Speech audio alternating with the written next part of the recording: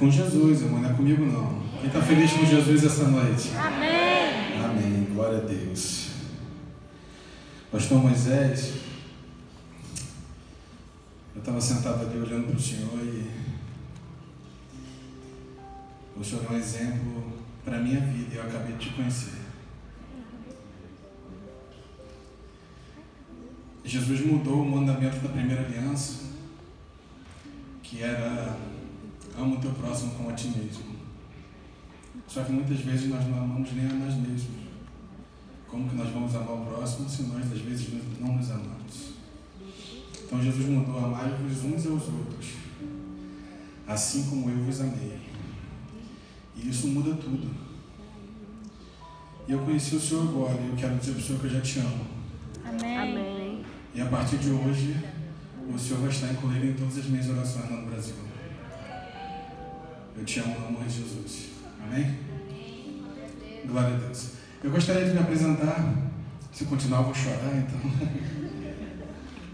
Eu gostaria de me apresentar. Meu nome é Joel, sou evangelista e membro da Igreja Batista Internacional em Trindade, São Gonçalo, Rio de Janeiro, Brasil. Me acompanha nessa noite a minha grande esposa, evangelista Juliana. Fica de pé, meu amor, para todo mundo ver o seu grande tamanho. Não, vocês não estão vendo a grandeza, não? É que vocês estão olhando com os olhos carnais. Se você olhar com os olhos espirituais, vocês vão ver que é muito maior. Amém. Muito Amém. Glória a Deus. Glória a Deus. Aleluia. Eu costumo dizer que é muita coisa boa compactada num pequeno espaço. Amém. Amém. Grande mulher de Deus para a minha vida. Gostaria de agradecer ao pastor também, pastor Francisco, obrigado pela oportunidade de confiar no ministério que Deus confiou para a nossa administração. E eu confesso que estou muito feliz, muito grato de poder estar aqui nessa tribuna.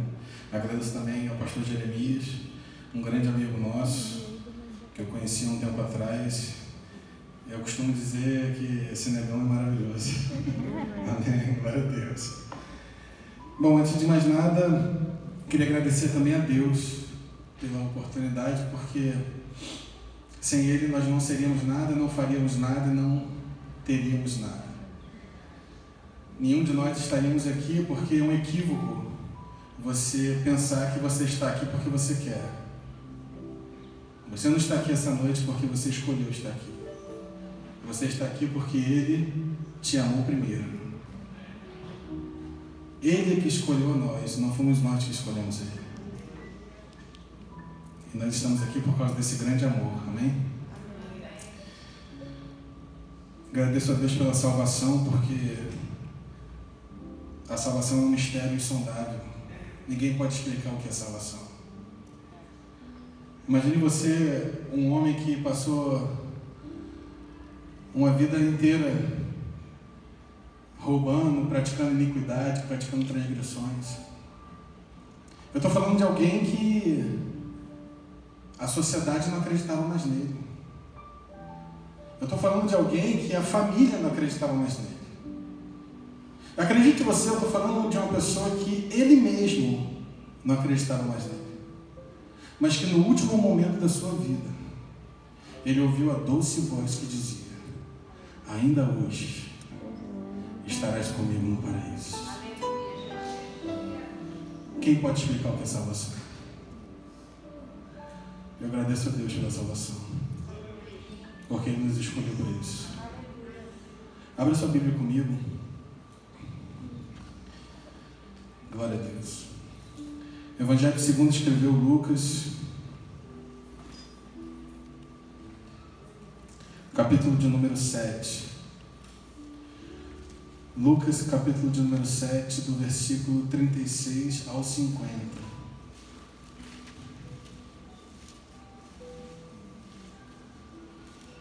O pastor, quando iniciou o culto aqui, o pastor Francisco, ele perguntou para todos nós se nós trouxemos o nosso melhor. E lá no Evangelho de João, capítulo 4, a Bíblia nos diz que o Pai procura adoradores que o adoram em espírito e em verdade. Nós só vamos conseguir adorá-lo em espírito e em verdade se nós cultuarmos a Ele sempre como se fosse o último culto da nossa vida. Porque muitos de nós achamos que vamos ter uma nova oportunidade no domingo que vem. Esse é o problema da humanidade. E Deus está mandando eu lhe dizer: o que você poderia fazer amanhã, faz hoje. Não, amanhã eu abraço, amanhã eu amo, amanhã eu perdoo, amanhã eu peço desculpas. Não, faz hoje. Faça hoje. Porque amanhã você pode não ter a oportunidade de amar o teu próximo como Jesus amou você. Faz hoje. Vamos adorar a Deus sempre, sempre como se fosse a última oportunidade da nossa vida. E nós vamos adorá-lo com autenticidade, com a nossa essência. E desde o primeiro momento que eu entrei aqui nessa igreja, nesse culto, eu consegui facilmente sentir a presença de Deus aqui dentro. Eu agradeço a Deus por essa oportunidade. Quem achou, diga amém. Lucas 7, do 36 ao 50.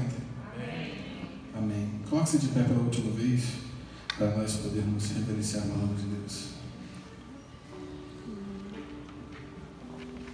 Assim está escrito há 2000 anos, imutavelmente. Porque tudo nessa vida passa, menos a palavra de Deus. Amém. Ela não muda, ela se renova todos os dias da nossa vida. Amém? Amém. Assim está escrito. Convidou-o um dos fariseus para que fosse jantar com ele. E Jesus, entrando na casa do fariseu, tomou o seu lugar à mesa. E eis que uma mulher da cidade, pecadora, sabendo que ele estava à mesa na casa do fariseu, levou consigo um vaso de alabastro com unguento, e estando por detrás dele, aos seus pés, chorando, regava-os com suas lágrimas, e enxugava com os seus cabelos, e beijava-lhe os pés, e ungia com unguento. O fariseu que o convidara, quando viu isto, disse consigo mesmo: se este fora profeta, bem saberia quem e qual é a mulher que lhe tocou, porque é uma pecadora.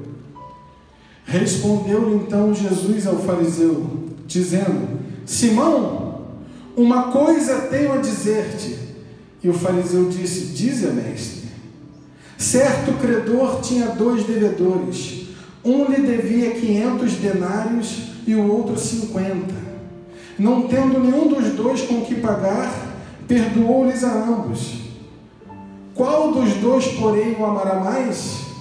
Respondeu-lhe então o fariseu: Mestre, suponho que aquele a quem mais perdoou. E replicou-lhe Jesus: julgaste bem. E voltando-se para a mulher, disse ao fariseu: vê esta mulher? Entrei em sua casa e não me deste água para lavar os meus pés, mas esta, entretanto, desde que entrou, rega os meus pés com lágrimas e enxuga com seus cabelos. Não me deste ósculo, mas esta, desde que entrou, não cessa de beijar os meus pés. Não me ungiste a cabeça com óleo, mas esta ungiu meus pés com unguento. Por isso te digo que perdoados são os teus muitos pecados, porque esta muito amou, mas a quem pouco se perdoa, pouco se ama. E disse-lhe a mulher: seus pecados estão perdoados. E aqueles que estavam com ele à mesa arrazoavam entre si, dizendo: quem é esse que até perdoa pecados? Mas Jesus prosseguiu, dizendo à mulher: vai-te em paz, a tua fé te salvou. Pode tomar o seu assento. Mantenha a sua Bíblia aberta no texto que nós vamos utilizar para a ministração da palavra de Deus.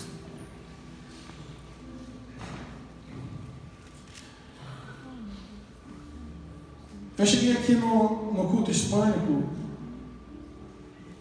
um pouco antes de começar esse culto, e o pastor Leandro estava ministrando a palavra, E ele falou sobre expectativa que você venha a esse culto.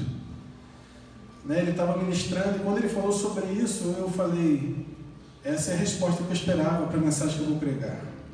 Porque eu sempre espero uma resposta de Deus no meio do culto, para ministrar uma palavra, porque quem está aqui precisa ser ministrado pelo Espírito Santo de Deus. E quando ele falou de expectativa, eu entendi que o tempero primordial da vida chama-se expectativa. Quem é mãe aqui, levante a mão. Nossa, quase todas. A minha esposa está aqui, está grávida, 5 meses. Pensa no homem feliz, irmãos. Sou eu. A expectativa é algo tão forte na vida do ser humano que quando a nossa mãe recebe a notícia da nossa existência, a primeira coisa que vem é a expectativa.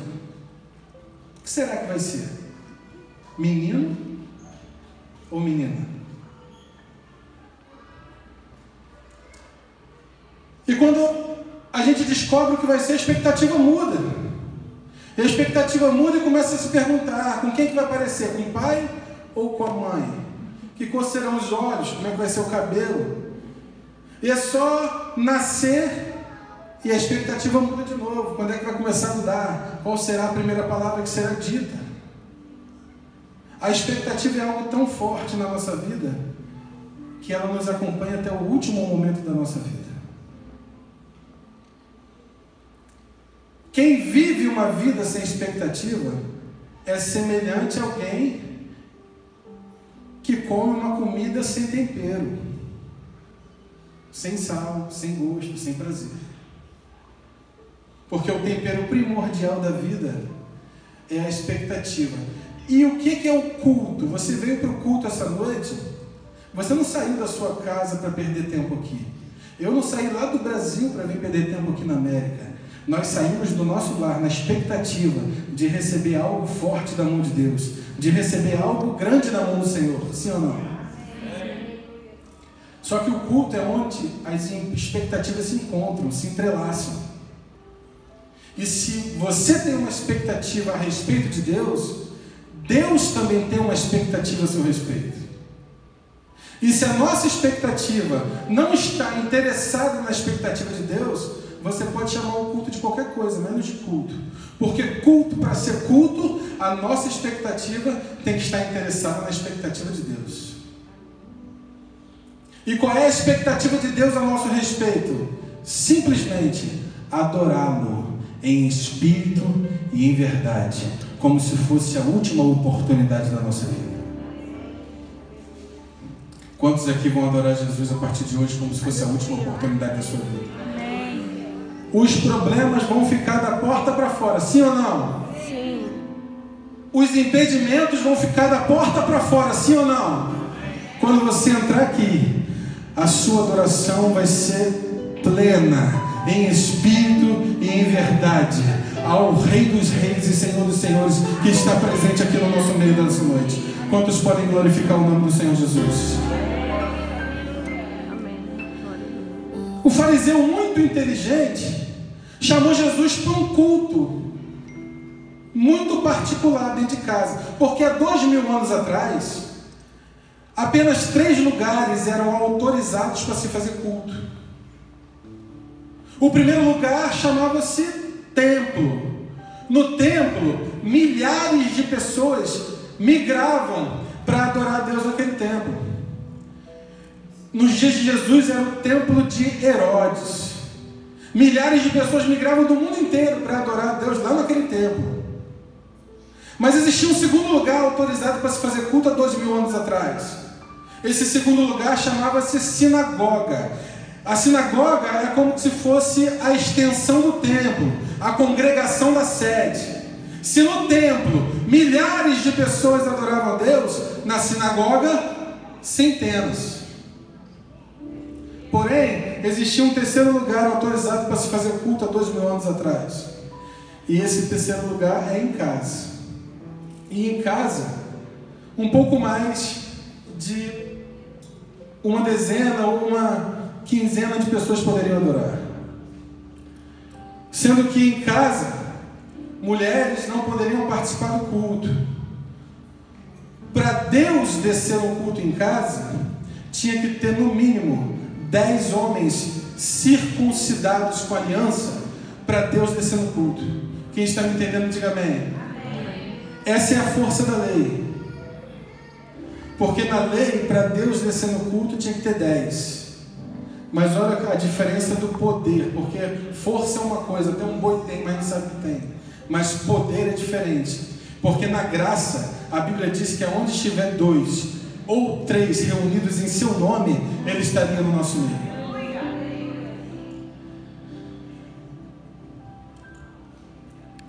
Quando o fariseu chama Jesus para o culto em casa, ele remonta os 2 níveis de relacionamento que um homem pode ter com Deus. Por quê? Para fazer um culto em casa, existem 2 altares, eu quero falar somente de um, que é a mesa onde se come. A mesa onde se come é um altar na sua casa. Prive sobre isso. Não saia da mesa da sua casa para comer em qualquer lugar. Quando chegar a hora do almoço, quando chegar a hora do jantar, quando chegar a hora de se alimentar, coma na mesa da sua casa, porque é um altar de adoração a Deus. Toda vez que você se assenta com alguém para comer, é uma declaração espiritual, está fazendo aliança. Por quê? Porque você experimenta todo dia a resposta e a provisão de Deus para a sua vida. Então cuidado com quem você se assenta para comer, porque você está fazendo aliança com essa pessoa. Jesus era questionado porque comia com publicanos e prostitutas. E os judeus falavam, será que esse rabino não sabe que comer com publicano e comer com prostitutas é fazer aliança com eles? De fato, Jesus estava fazendo uma aliança com eles de salvação com as ovelhas perdidas da casa de Israel. Porém, era questionado. Por quê? Porque ia fazer aliança. 3 tipos de mesa eram usados para se fazer reuniões, para se fazer culto há 2000 anos atrás. O primeiro tipo de mesa é uma mesa comum, uma mesa que todos nós temos na nossa casa, que tem o tampo, que tem o pé da mesa, uma mesa que todos nós temos dentro de casa. Porém, existia um segundo tipo de mesa, que era usado para se fazer culto há 2000 anos atrás. Esse segundo tipo de mesa era no chão, em forma de U. Essa mesa, muita gente prega e diz que foi essa mesa que Jesus sentou, mas não foi. Essa mesa é usada somente em uma ocasião especial. Essa mesa é usada na Páscoa. E na Páscoa, todo judeu durante uma semana se assenta no chão para comer. Todo judeu, quando vai comemorar a Páscoa, se assenta no chão para comer durante 7 dias. Para se lembrar de onde veio, da libertação do cativeiro egípcio. Porque se assentavam no chão para comer. Hoje eles são ricos e poderosos, mas quando se sentam no chão para comer, se lembram de onde vieram. Mas ainda existia um terceiro tipo de mesa, que era usada há 2000 anos atrás. Esse terceiro tipo de mesa era usada somente em ocasiões especiais.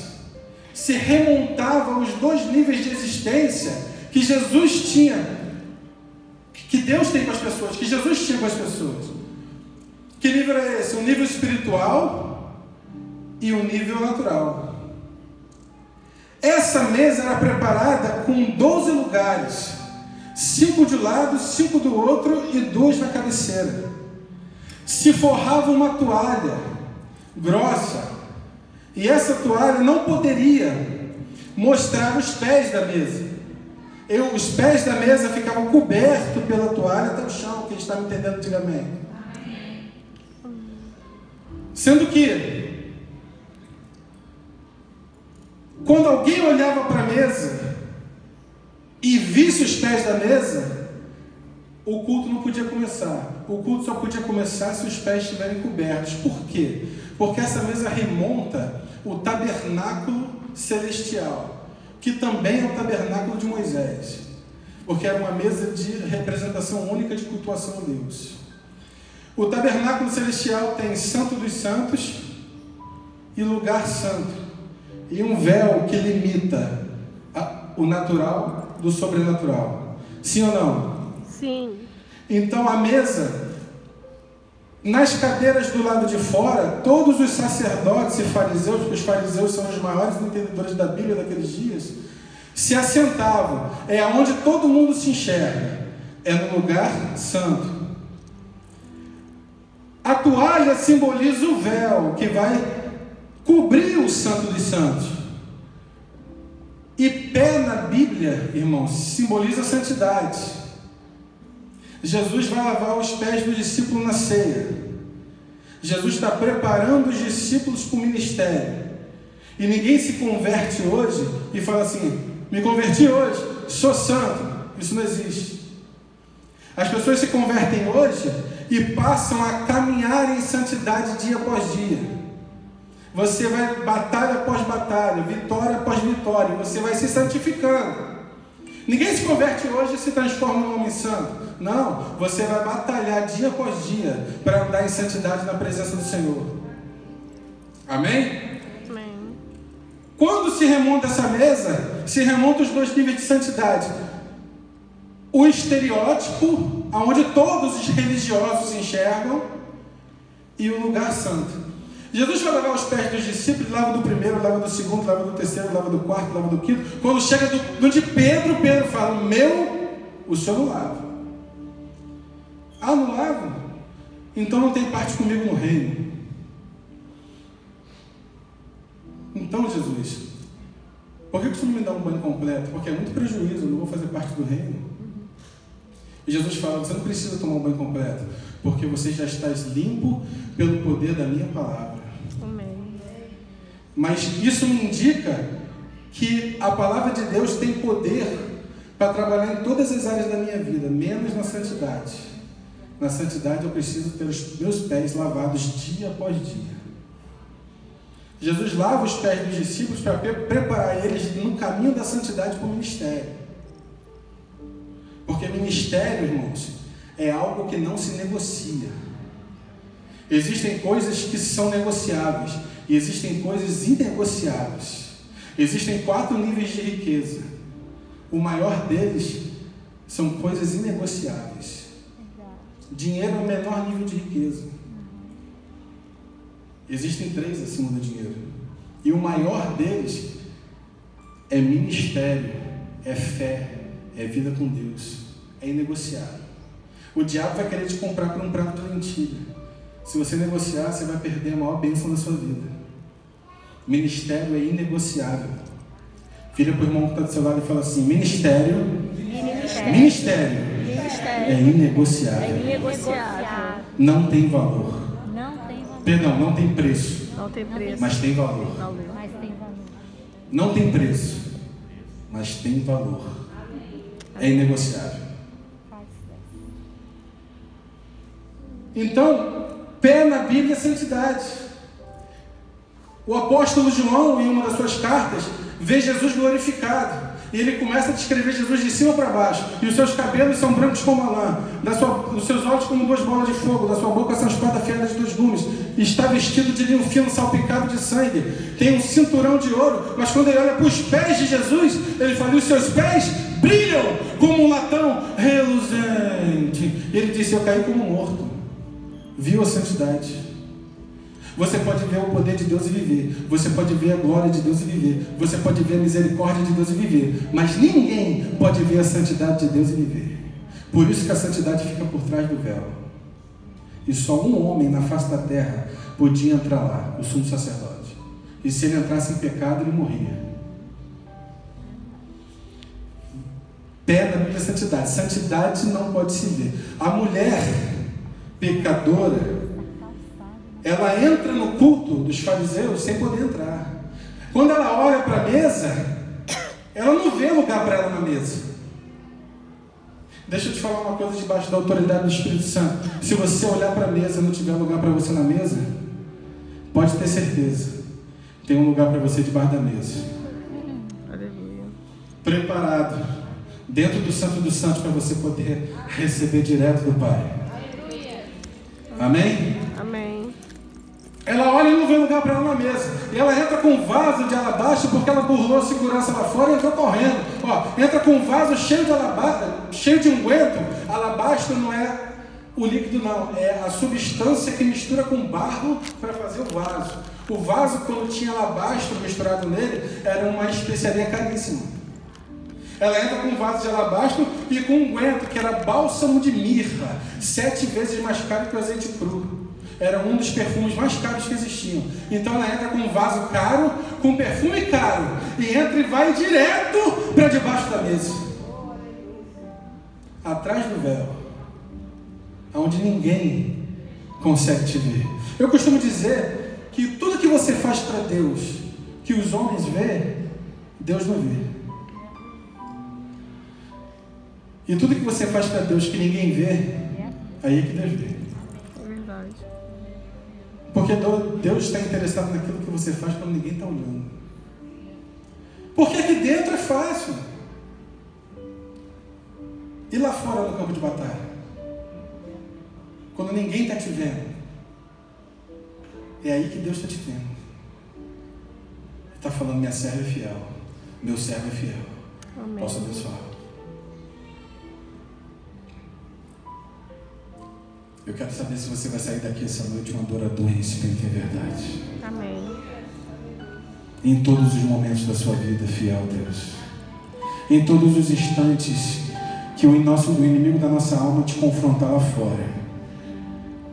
A fidelidade ao Senhor não é negociável.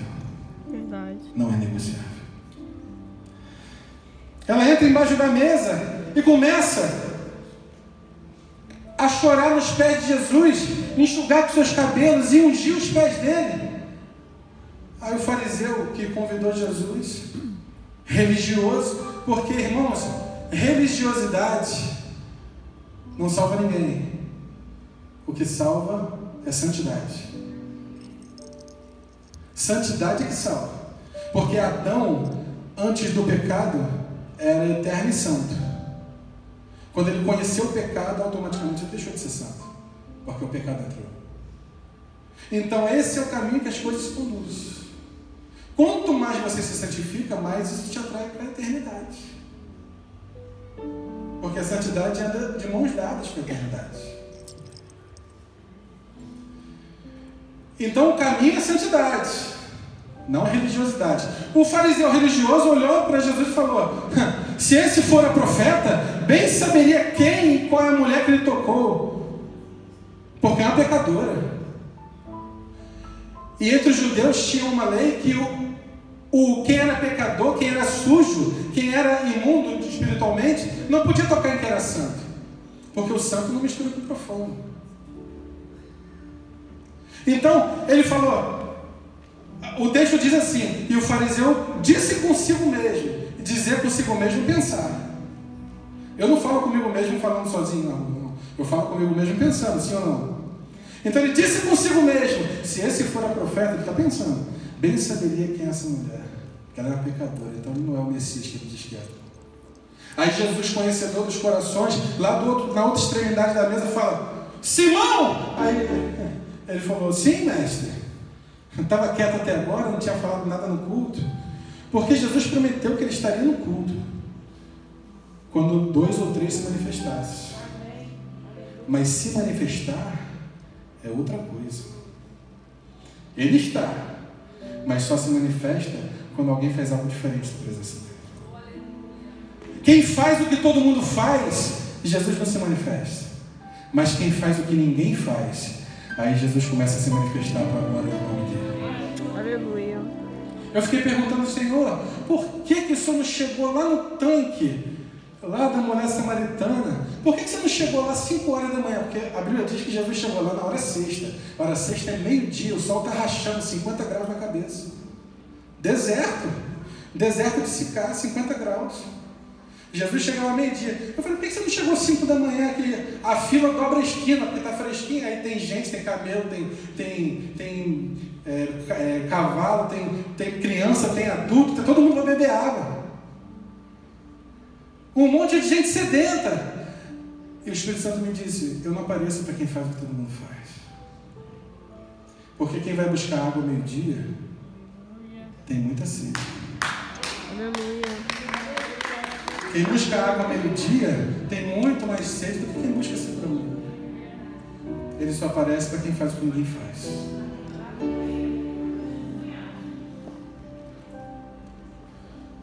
A mulher entra debaixo da mesa e Jesus fala assim, não, estava quieto até agora. Porque agora alguém fez algo diferente. Uma coisa tenho a dizer-te. E Simão disse, dize, mestre. Certo credor tinha 2 devedores. Um lhe devia 500 denários, o outro lhe devia 50. Nenhum dos dois tinha como pagar. Então o credor perdoou os 2. Qual dos 2 o amará mais? O fariseu não entendeu que quem devia muito era a mulher, quem devia pouco era ele, e o credor era Deus. Devia pouco, mas também devia. Porque se existe uma coisa que nos iguala, é a nossa natureza caída. Todos pecaram e destituídos foram da glória de Deus. Então todos nós devemos. Não existe para Deus ninguém que não deva a Ele. Todos nós devemos a Deus. E Deus perdoa todos, se vierem à presença dEle e andarem em santidade dia após dia. Jesus pergunta, qual dos 2 o amará mais? Vai amar mais? Quem devia mais. Jesus, julgaste bem. Agora. Porque quando a mulher trouxe, julgou errado. Julgou porque é religioso. Julgou porque não é adorador. Porque se fosse adorador, ia amar como Jesus nos amou. Jesus falou assim, vou te ensinar o que é ser um adorador. Vê esta mulher. Aí o fariseu, vê eu não vejo não, eu vi. Porque a Bíblia diz que o passado dela é comprometedor, ela é pecadora. O texto diz que ela é pecadora. Aí, preste atenção que Jesus fala ver. Jesus não fala viu. Jesus não fala verá. Jesus fala ver. Por quê? Porque na eternidade não existe passado, não existe futuro. É sempre hoje. Se você pegar um texto de alguém falando com Deus lá na época de Abraão, ele fala eu sou. Se pegar na época de Moisés, ele fala eu sou. Se pegar hoje, ele fala eu sou, porque é sempre no presente. Ele é e acabou. Então para ele não tem passado e nem futuro. É assim que Deus te enxerga. Ele não te enxerga como você era. Ele te enxerga sempre como você é. E se hoje você está na presença de Deus, é assim que ele te enxerga. Como o pastor falou aqui, dos seus pecados, ele lança no mar do esquecimento. E não se lembra mais. Vê esta mulher, ele, não vi não, vê eu não vejo não, eu vi. Então, vou te ensinar como se adorar. Eu entrei em sua casa e você não me deu água para lavar os pés. Por que Jesus está cobrando água para o fariseu? Porque isso é um ritual entre eles. Toda vez que alguém que tem ministério chega na casa de outra pessoa que tem ministério, a pessoa que recebe, o anfitrião que recebe o visitante, ele lava os pés da pessoa para declarar ministério na vida daquela pessoa. Por isso que Jesus lavava o ministério dos discípulos, os pés dos discípulos, está preparando eles para o ministério. Então, ele chegou e falou, cheguei aqui, ninguém me deu água. Jesus é um pregador tão extraordinário que ele é o primeiro pregador da história da humanidade a falar que tem 2 tipos de água. O primeiro tipo de água é uma água morta. A água que você bebe todo dia, que você toma banho, que você cozinha, que você lava a roupa, lava a louça, isso é uma água morta. Essa água aqui que eu estou bebendo agora é água morta. Jesus falou que existe um segundo tipo de água, a água viva. Em João 4 ele fala para a mulher, se tu soubesse quem é que te pede água, você que me pediria. Porque dessa água aí você vai tornar a ter sede, mas se você beber da água que eu posso te dar, você nunca mais vai ter sede, porque ela vai jorrar para a vida eterna.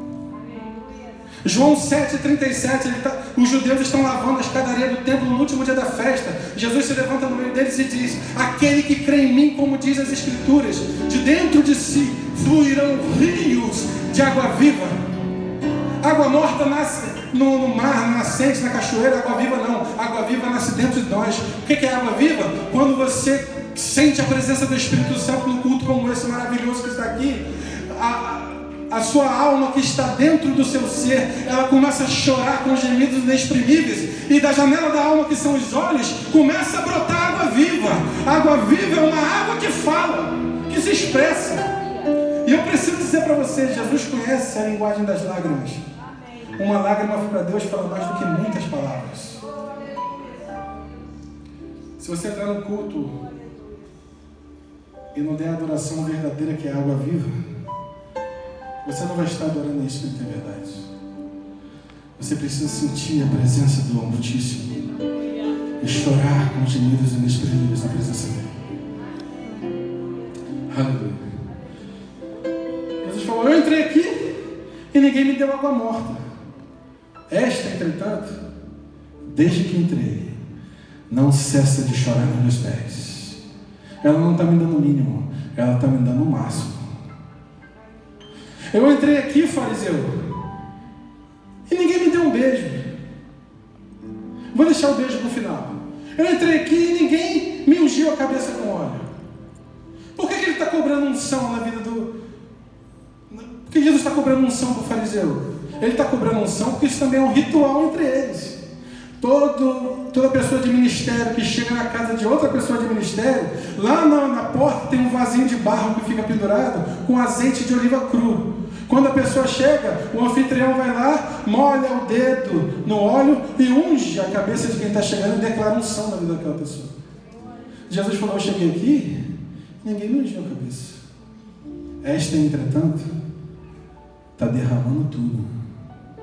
E não é azeite de oliva cru, não. É bálsamo de mirra, 7 vezes mais caro do que o azeite cru. Jesus falou: eu entrei aqui e ninguém me deu um beijo. Ósculo na vida é beijo. O apóstolo Paulo fala aos romanos dizendo: saudai uns aos outros com ósculo santo. Só que 3 tipos de beijo, já estou perto de terminar. 3 tipos de beijo eram dados há 2000 anos atrás. O primeiro tipo de beijo era dado no sacerdote. E como que se beija sacerdote? Sacerdote se beija no rosto, na face. Um sacerdote chega diante de outro sacerdote, quando eles se encontram, eles vão se cumprimentar e beijam na face. E declaram: você tem a mesma estatura espiritual que eu, nós somos iguais. Só que existia um segundo tipo de beijo que era dado há 2000 anos atrás. O segundo tipo de beijo era dado no profeta. E profeta não se beija no rosto, profeta se beija no punho. E para beijar o punho, não tem mais como ficar de pescoço duro, nem de nariz empinado. Vai ter que descer e reverenciar o profeta. Profeta é maior do que sacerdote. É só você olhar o ofício. O sacerdote tira de baixo, queima o sacrifício e manda para cima. O profeta não. O profeta tira de cima e manda para baixo. Na vida. O profeta é maior do que o sacerdote. Mas existia um terceiro tipo de beijo que era dado há 2000 anos atrás. Não era só no sacerdote, também não era só no profeta. O terceiro tipo de beijo era dado no rei. E rei não se beija no rosto, rei não se beija no punho, rei se beija nos pés. Como que acontece com o rei? O rei está sentado, está todo mundo de pé. Aí o rei levanta, todo mundo se prostra. O rei dá o veredito, aí a pessoa que recebeu o veredito positivo vem, abraça as pernas do rei e beija os pés do rei. Você viu o que Jesus disse? Eu entrei aqui e ninguém me viu como um sacerdote. Eu entrei aqui, fariseu, ninguém me viu como um profeta. Esta, entretanto, desde que entrei, não cessa de beijar os meus pés, porque ela sabe que eu sou o Rei dos Reis e o Senhor dos Senhores. Quantos vão beijar os pés do Rei essa noite? Deixa eu dar. Aleluia, glória a Deus. Oh, aleluia. Aquela atitude é tão forte que nunca ninguém fez. que Jesus não quer mais saber do culto dos fariseus. Jesus desce para cultuar com a mulher. Ele desce e abre a cortina, a mulher está lá no Santo dos Santos, ele fala: isso é que é culto. Faz tempo que eu estou esperando um culto como esse. Aleluia. É impossível você sair daqui do mesmo jeito que você entrou. Qual o seu problema? Você é cega? Ela: não. Ela está com a mão mirrada? Não. Você é aleijada? Ela: não. O texto diz que o meu problema é pecado, porque o texto diz que eu sou uma pecadora. Então Jesus: é pecado? Então tá bom. Perdoado estão os seus pecados. Qual fosse o problema dela, Jesus ia solucionar. Porque é impossível você entrar no culto, adorar Ele em espírito e verdade e sair do mesmo jeito que você entrou. Se você adorar Ele como Ele merece ser adorado, você sai muito melhor do que você entrou. Aleluia. Eu disse que Jesus desceu. Tem gente que não entendeu. Vou explicar rápido para terminar. 3.000 anos atrás, 1000 a.C., Salomão vai inaugurar o templo. Quando ele vai inaugurar o templo, ele é rei. Se ele é rei, na sequência vem o profeta e na sequência o sacerdote. Quando ele vai inaugurar o templo, ele precisa dar uma oferta inaugural de adoração a Deus. Quando ele vai dar a oferta, o sacrifício, ele deve ter pensado assim, vou conjecturar para você entender. Ele deve ter pensado: vou sacrificar 200 bois de adoração a Deus. O Espírito Santo deve ter chegado no ouvido dele e falou: Salomão, você é o rei. 200 bois vai sacrificar o sacerdote lá no fim da fila. Você vai fazer a mesma coisa? Você é o rei. Ele: então peraí. Então já sei. Vou sacrificar 500. O Espírito Santo deve ter chegado para ele e deve ter falado: Salomão, 500 bois sacrificou seu pai Davi quando nem tinha templo, só tinha arca. Você vai fazer a mesma coisa? Ele: então o que é que eu faço? O Espírito Santo deve ter falado: queima 1000. Ele: 1000 é muita coisa. O Espírito Santo: é muita coisa, mas nunca ninguém fez. Ele: nunca ninguém fez? Então vou entrar para a história. Juntou 1000 bois e sacrificou. Aquilo foi tão forte, porque nunca ninguém tinha feito, que ao invés de Deus receber a adoração em cima, Deus desceu e recebeu embaixo, e a glória invadiu o templo, e ninguém podia ficar em pé diante da glória de Deus. Quando a mulher derrama tudo e não dá gotinha, ela atinge o nível de Salomão. E Jesus fala: é impossível você sair daqui do mesmo jeito que você entrou. Eu quero te desafiar essa noite. Pode se colocar de pé, por gentileza. Eu quero te desafiar essa noite.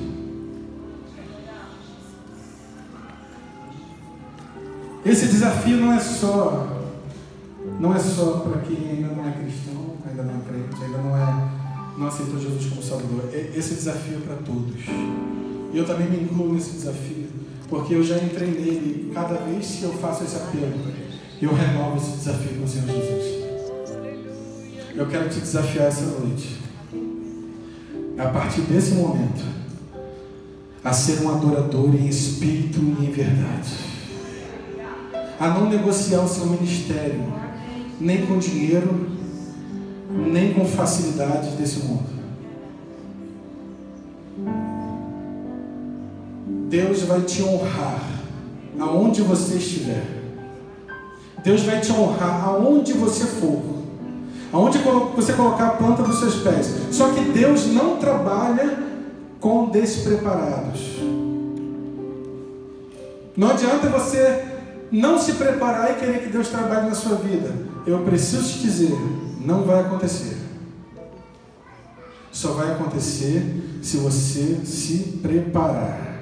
O que é se preparar?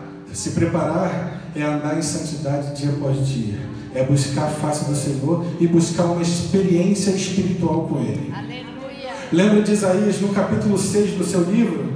Isaías já era profeta há muito tempo. Só que ele nunca tinha tido uma experiência com Deus. Já era profeta há muito tempo. Ele diz assim no capítulo 6 do seu livro: no ano da morte do rei Uzias, eu vi o Senhor assentado no alto e sublime trono, e as abas das suas vestes enchiam o templo. serafins estavam por cima dele. Cada um tinha 6 asas. Com 2 cobriam o rosto, com 2 cobriam os pés e com 2 voavam. E clamavam uns para os outros, dizendo: Santo, Santo, Santo é o Senhor dos exércitos. Toda a terra está cheia da sua glória. As bases do limiar do templo se moviam pela voz do que clamava, e toda a casa se encheu de fumaça. E um dos serafins... Então disse eu: ai de mim, estou perdido, porque sou um homem de lábios impuros e habito no meio de um povo de impuros lábios. E os meus olhos viram o Rei, o Senhor dos exércitos. Então um dos serafins voou para mim com a brasa viva que tirara do altar com Atenais. E com a brasa encostou os meus lábios e disse: perdoados estão os seus pecados e retirada a sua iniquidade. Só no 8º versículo do 6º capítulo, que ele falou assim: então ouvi a voz do Senhor que dizia: quem enviarei? Quem há de ir por nós? E ele respondeu: então disse eu: eis-me aqui, envia-me a mim. Isaías levou 6 capítulos e 8 versículos para conseguir ouvir a voz de Deus, mas já era profeta há muito tempo. Mas Deus só podia fazer o que ia fazer na vida dele se ele tivesse uma experiência com Deus real. E Deus promoveu essa experiência. Se você buscar a face do Senhor, se você andar em santidade, Deus vai promover na sua vida experiências reais com Ele, para Ele poder fazer na sua vida o que Ele precisa fazer para você conquistar esse mundo para o reino de Deus. Quem aceita esse desafio hoje, sai do seu lugar e vem aqui na frente, nós vamos orar por você. Só quem aceita. Você vai ser preparado durante um tempo